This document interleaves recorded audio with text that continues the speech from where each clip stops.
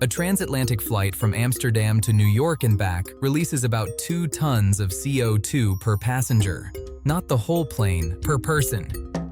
Planes can't run on batteries, hydrogen isn't ready, and air traffic is growing at over 4% every year. So for decades, scientists have been chasing the same question. What if you could make jet fuel that works in existing engines, but comes from something that absorbs CO2 instead of releasing it? A team of European scientists just answered that question. They grew this, microalgae, single-celled organisms the size of a dust particle, and turned it into jet fuel that drops straight into existing aircraft. No engine changes, no new infrastructure, their fuel cuts aviation CO2 by 80%. You've probably heard of biofuels, cooking oil, crops, and agricultural waste converted into fuel. The problem is that they compete with food.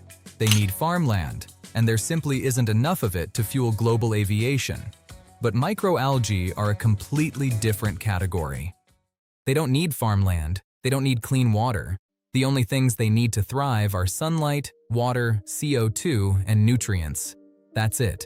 Their oil yield per hectare is 4 times higher than oil palm, the most productive food crop on Earth, and 15 times higher than that of rapeseed. A traditional crop takes up to a year to harvest. Algae, every 1 to 2 weeks. So why aren't we already flying on it? Because growing algae at an industrial scale costs a fortune. Nutrients, temperature control, water systems, processing. The costs stack up before you've made a single liter of fuel. That's the wall every algae company has crashed into. Until one team decided to stop paying for those inputs at all. ExxonMobil spent $300 million on algae fuel research and eventually walked away in 2023. The company they backed filed for bankruptcy 2 years later. Dozens of startups, hundreds of millions in investment, all hit the same wall, the cost of growing algae at scale. The EU team behind SusAlgae Fuel decided to attack that problem from a completely different angle. The SusAlgae Fuel project brings together 9 organizations across 5 European countries, and their key insight was almost embarrassingly simple. The most expensive inputs for growing algae are CO2 and nutrients. So, what if you got both for free from someone else's waste? Just 20 kilometers from the University College Dublin lab is a company called Bioenergy.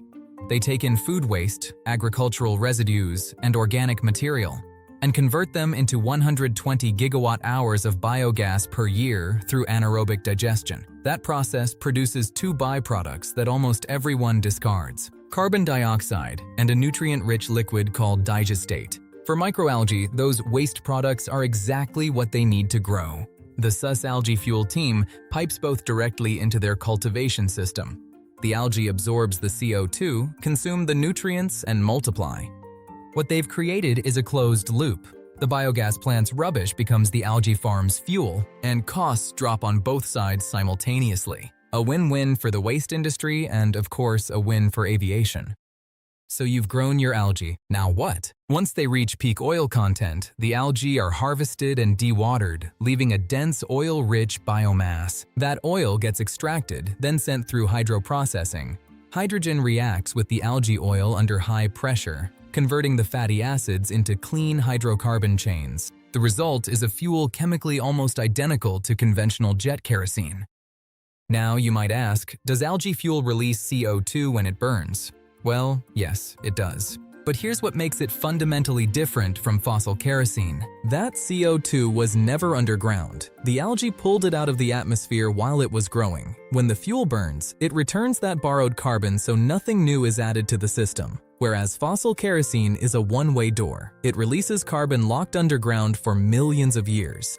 In 2025, a new EU law mandated that at least 2% of all aviation fuel in Europe must be sustainable, rising to 70% by 2050. Airlines have no choice but to find new feedstocks. And the world doesn't produce nearly enough cooking oil and animal fat to fill that gap.